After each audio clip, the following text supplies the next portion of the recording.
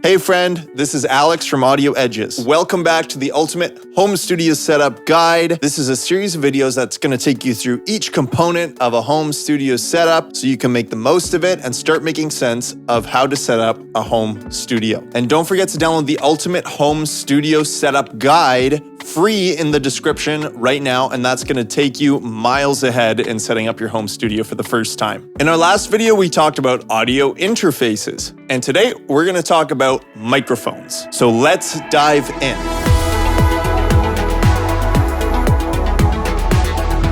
All right, guys, so we're going to dive into microphones. And the first thing I'm going to tell you is that there are 3 different types of studio microphones to know about. The first is a condenser microphone. These microphones are very sensitive, which means they have a lot of detail. They pick up really small details in the recording. They're very clear sounding and very, very precise. And this sensitive, detailed sound is why these condenser microphones are very, very popular with studio vocals. You've probably seen a microphone like this in a studio recording vocals before. That is a condenser microphone, and we'll talk about it a little more in a minute because there are a few things that makes a condenser microphone special. On to the second of 3 types of microphones. The next type of microphone is a dynamic microphone. Now, a dynamic microphone is generally used on loud sources like drums, guitar amps, and sometimes they're used to record vocals too. For example, the Shure SM7B that I'm holding in my hand right now. You've definitely seen this in podcasts or in people's home studios and even recording vocals a lot of times. This microphone is known for having recorded all the vocals on Michael Jackson's Thriller, for example. You've probably also seen the Shure SM57 miking up countless snare drums, guitar amps, and all sorts of things because this is a great dynamic mic as well. And on to the third type of microphone. The third type of microphone is called a ribbon microphone, but I don't want you to worry about that just yet because the condenser and the dynamic microphones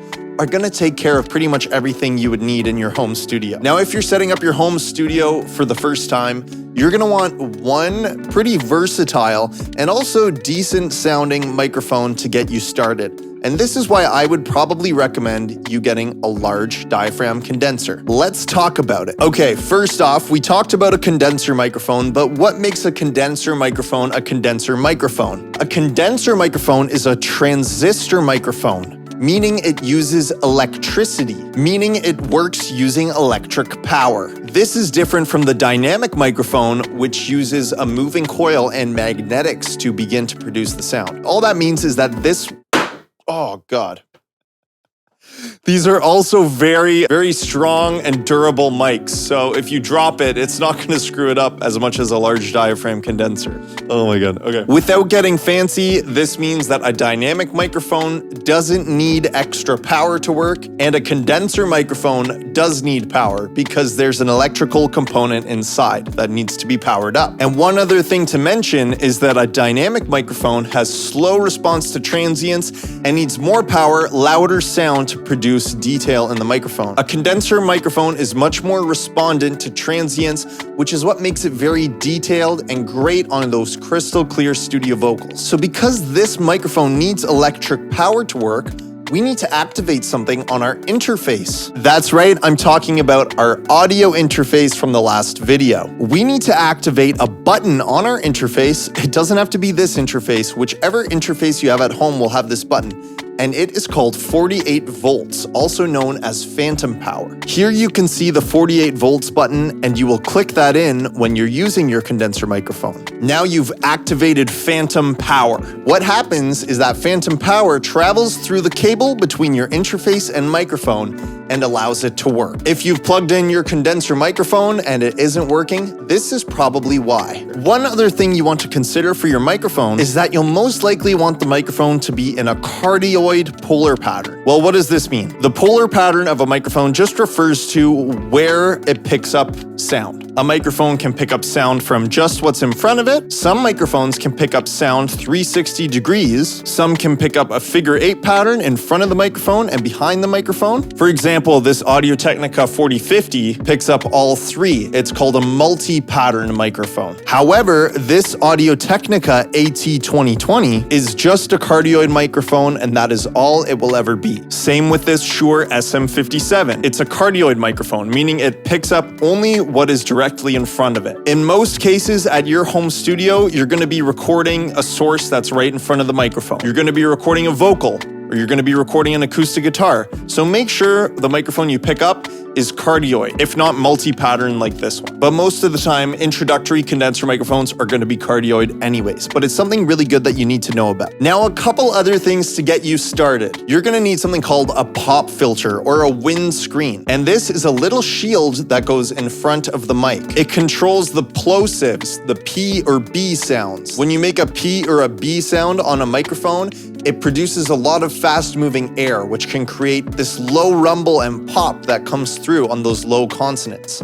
A pop filter like this will help minimize that. You're also going to need a mic stand for the microphone, and in most cases, a shock mount. Typically, when you buy a condenser microphone, it will come with a shock mount fitted to the microphone. And what the shock mount does is it suspends the microphone using elastics or some other sort of technology so that it's suspended in midair and not connected to the microphone stand with a hard piece of metal, for example. And this is important because, as we talked about, condenser microphones are very sensitive to detail. If you have vibrations traveling up the mic stand, it could rumble the condenser microphone, rattle it, and create unwanted sounds in your recording. That's where the shock mount is helpful. And finally, of course, you're going to need your XLR cable to connect it. The microphone I've been holding up for you is the Audio-Technica 4050. And this is a large diaphragm condenser mic that I've been using in my studio reliably for a long time. It's probably my most used microphone other than recording voiceovers and talking on the Shure. Now that microphone's a little more expensive, but a great alternative if you're just getting started is the Audio-Technica AT2020. This is also a large diaphragm condenser microphone,